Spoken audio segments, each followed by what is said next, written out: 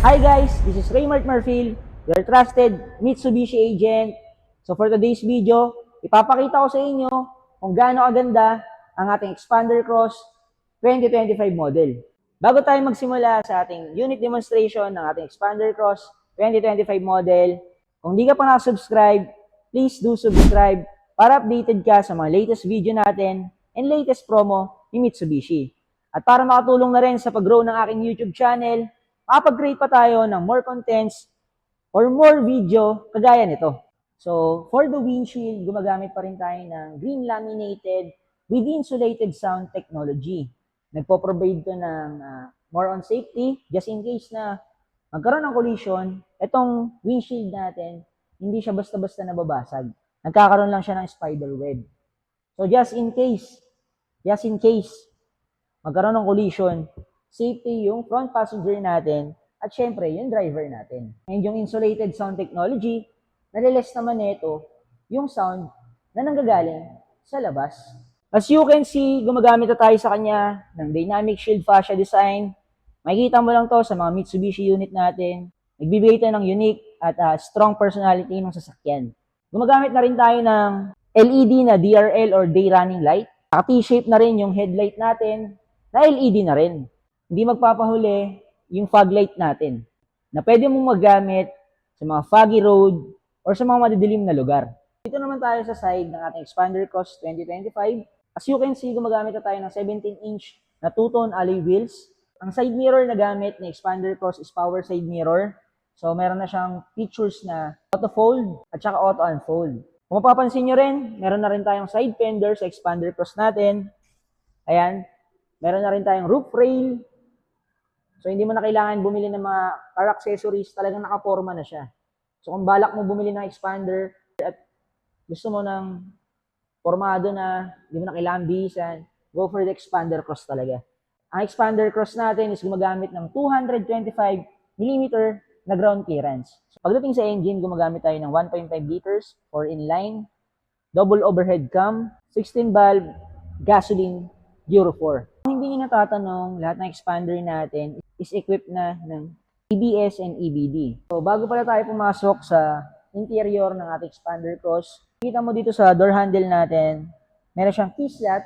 Yung Expander Cross pala natin is naka-keyless operating system siya. Ibig sabihin, pag naka-keyless operating system ka, pwede mo siyang pinutin sa susi at ma-open yung sasakyan, or malapit ka dito sa pindutan ng pinto natin, click mo lang yan, pwede mo na siyang ma-open, pwede mo na siyang mabuksan. Eh, paano yan kay Raymart? Sabi mo, keyless operating system na si Expander Cross. Ibig sabihin, pag keyless operating system, di ba, hindi na siya disusi sa ignition. Tama? Yes, tama ka. Ngayon naman, kung sakaling lobot yung susi mo, paano mo naman siya may start? Dito sa push start button niya, dito sa right side, so hindi siya mapakita sa inyo, mamaya ko siya pakita. Ibalik mo yung susi na kinuha mo dun sa may keyless operating system natin. Ngayon, itutok mo siya dito sa may keyless ignition natin. Tapos preno ka. Pag umilaw na yung push start button natin, tsaka ka na makapag-start. Yung manual key natin is for emergency purposes lang siya. Ang maganda dito sa Expander Cross natin, naka-leather seat na siya with heat guard. So, kunyari, nag-park ka sa maaraw or sa walang bubong na parking lot, no? Normally, kahit nakatin ka niyan, pagpasok mo sa loob talagang mainit yung upuan. Lalo na pag leather seat. Pero dahil may heat guard tayo, almost 70% ng heat na na-consume nung leather seat natin, tinatanggal niya. Meron tayong 6-seat adjustment. So, ganun pa rin. Meron tayong front, tsaka back, tsaka recline, tsaka decline, syempre. Ang maganda dito is meron siyang height adjustment, no? Pwede mong taasan, pwede mong babaan yung upuan. So, yan. So, meron siyang 6-seat adjustment.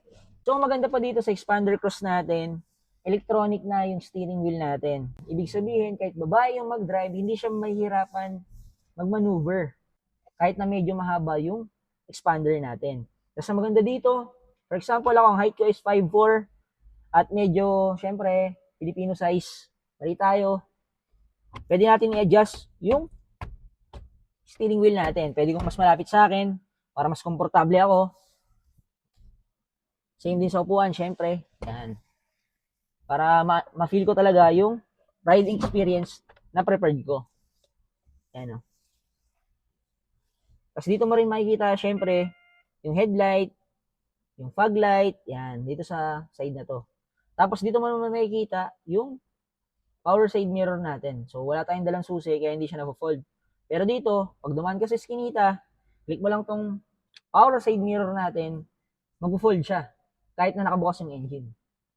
So, hindi mo na kailangan manually pabuksan yung kabilang side, tapos i-close mo pa yung side mirror, meron na siyang switch. No? So, yan, ito naman yung POV pagka ginagamit mo na si Expander Cross. Unang mapapansin mo dyan is yung napakaganda niya na 4-spoke leather wrap na steering wheel.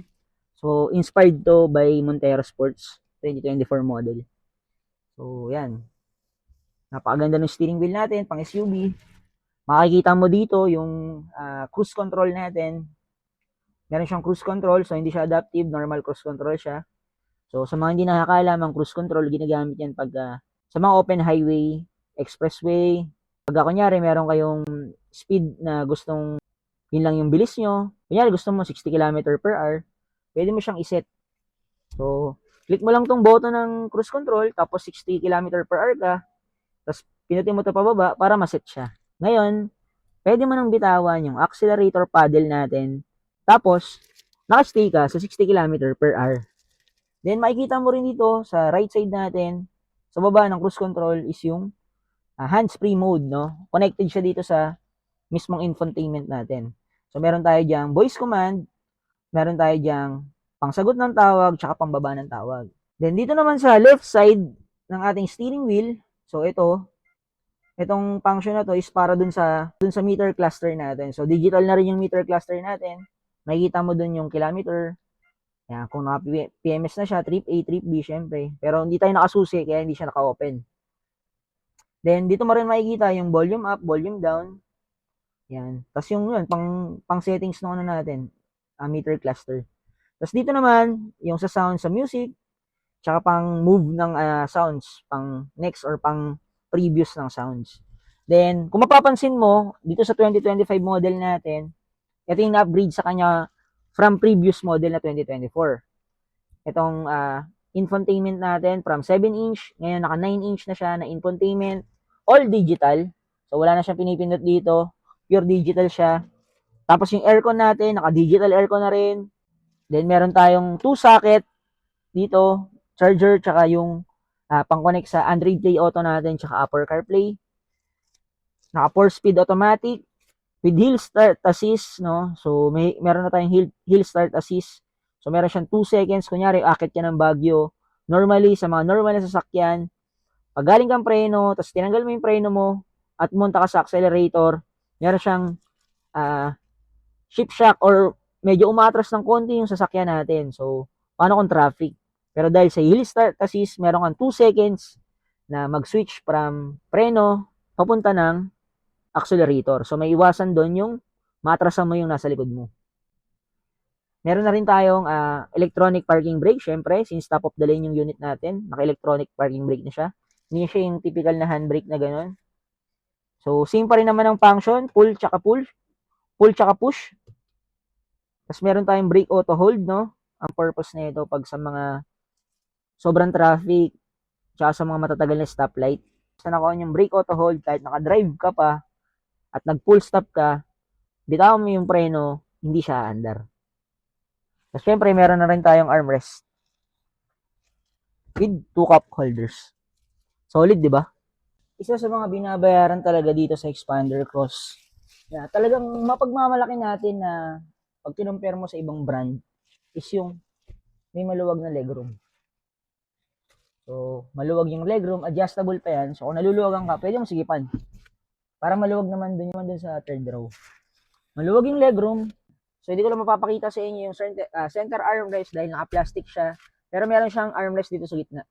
So, kung dalawa lang kayong sasakay dito sa second row, makaka-feel kayo ng executive vibes. So, meron siyang 2 cup holders pa. Tapos, meron pala tong features na full flat bed. So, pwede mo itupi lahat ng upuan natin para just in case na mag-camping kayo, lagyan mo lang ng inflatable bed, all goods na. Meron ka ng camping unit, no? Bale, ganito pala fino-fold yung pinaka-seat natin. Just in case meron papasok dun sa third row. Kapag may papasok sa third row, angat mo lang to, pwede ka na pumasok sa third row. Pag gusto mo naman ng full flat bed, bagsak mo lang siya. Same scenario din sa may kabila nating upuan. So, same din siya dito sa may right side na upuan ng second row. I-click mo lang yung pinaka-button, tapos pag gusto mo ng full flat bed, bagsak mo lang siya. So, para saan ba yung full flat bed? Para to sa mga, just in case na bibili ka ng maraming gamit, bibili ka ng TV, aircon, or anything appliances, pwede mo siyang ilagay dito basta kasya siya.